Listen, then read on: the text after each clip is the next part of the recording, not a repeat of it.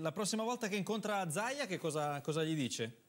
Lo saluto cordialmente, come ho sempre fatto nelle occasioni in cui mi è capitato, e gli dirò, come ha sempre saputo e come gli ho sempre detto, che sulla vicenda delle quote latte ha fatto una colossale, vergognosa porcheria. Al di là di ogni ragionevole dubbio, l'Italia ha sfondato per diversi anni consecutivi le quote latte.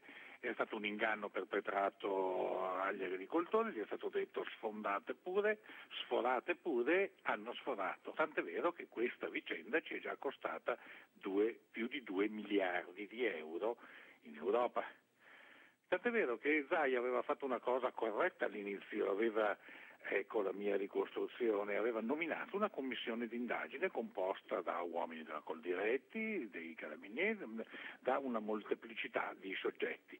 La conclusione di quella commissione, che durò per 6-7 mesi e che seguiva le orme di altre commissioni nei tempi precedenti che durarono anche quasi un anno, per dire quanto difficili sono, ecco, le conclusioni di quella commissione non andavano bene politicamente, e questo mi sembra già agghiacciante alla parte politica che difendeva quei pochissimi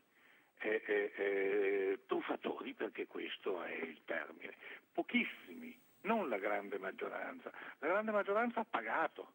Parliamo di pochissime centinaia contro 39.000 allevatori onesti che hanno pagato le quote latte. La conclusione non andava bene e Zaia arriva a una cosa incredibile. Dice a una componente di quella commissione, cioè il nucleo dei carabinieri dipendente dal Ministero, di continuare. E oggi si scopre attraverso quella lettera di continuare perché politicamente la conclusione doveva essere diversa. Ecco, a me sembra che ci siano elementi agghiaccianti. Intanto i 2 miliardi persi dall'Italia di contributi europei e col rischio di perderne molti di più. Quindi lei, Galan, sta puntando il dito contro Zaia in buona sostanza. Lei dice... No, io non punto il dito, io punto il dito contro chi ha difeso i disonesti.